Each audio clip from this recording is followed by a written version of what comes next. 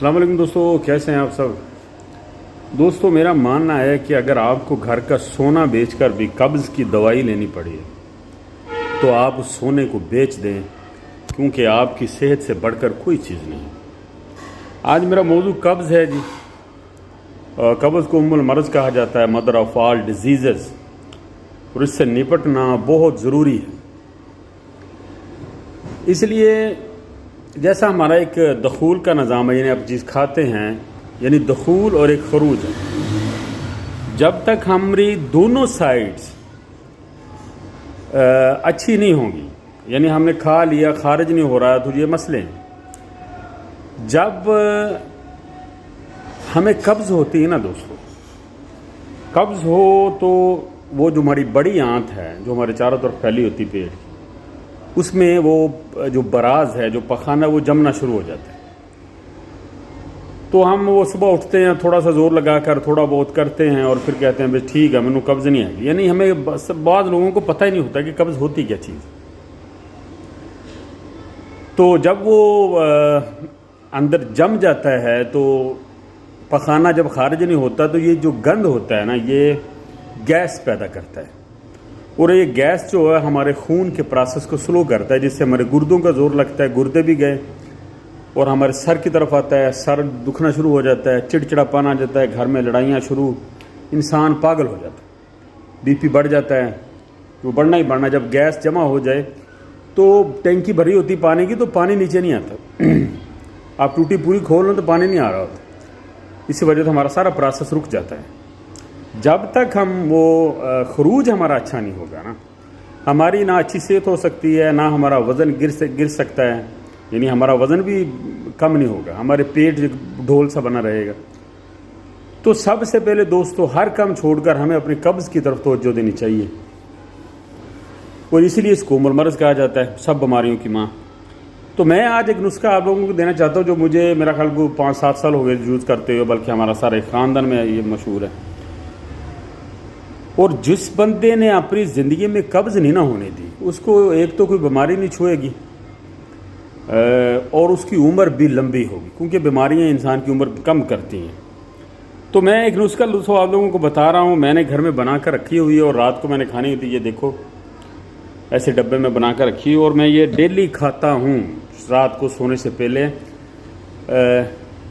یہ تین چیزیں ہیں جی دوستو، اس میں ایک تو ہے، میں کوئی نام اگر غلط لوں تو معذرت چاہوں گا۔ ایک جنک ہرڑ ہوتی ہے، ہریڈ جس کو کہتے ہیں، جنک ہرڑ، جلابہ ہرڑ،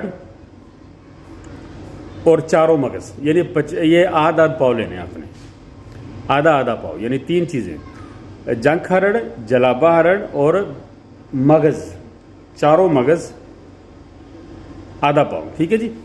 اور اس میں آپ نے 400 گرام کر لو، یا 40 گرام کر لو، یا 50 گرام کر لو سنا مکی ڈال لیں۔ وہ مشری بھی اس میں ڈال دیتے ہیں، وہ مت ڈالیں، ایسے میٹھا آپ نے کیوں رات کو کھانا ہے۔ یہ 4 چیزیں ہوگی جی، جنک ہرڑ، جلابہ ہرڑ، چاروں مغز آدھا پاؤ، اور 50 گرام آپ اس میں سنا مکی ڈال دیں، ٹھیک ہے جی، یا 40 گرام یا 50 گرام۔ کئی لوگ سونف اور سنا مکی کا بھی بناتے ہیں، اس سے پیٹ میں وہ لی سی ہوتی ہے، یعنی جس کو ہم کہتے ہیں نا کہ وٹ اٹھتے ہیں، وہ انسان کو تھوڑی سی آوازار کرتی ہے۔ تو یہ جو چیزیں ہیں اس سے کچھ بھی نہیں ہوتا، سموتھلی آپ فریش ہو جاتے ہیں صبح اٹھ کر۔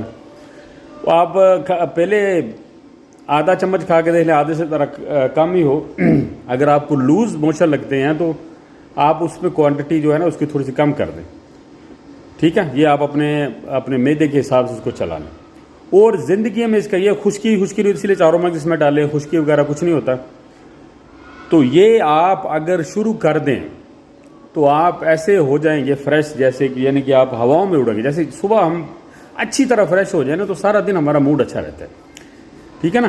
ہم سب لوگ ایک جیسے ہیں، ہماری بیماریاں بھی ایک جیسی ہیں، اور یہ وہ بیماریاں جو چھپانی نہیں چاہیے، سیدھا بتانا چاہیے،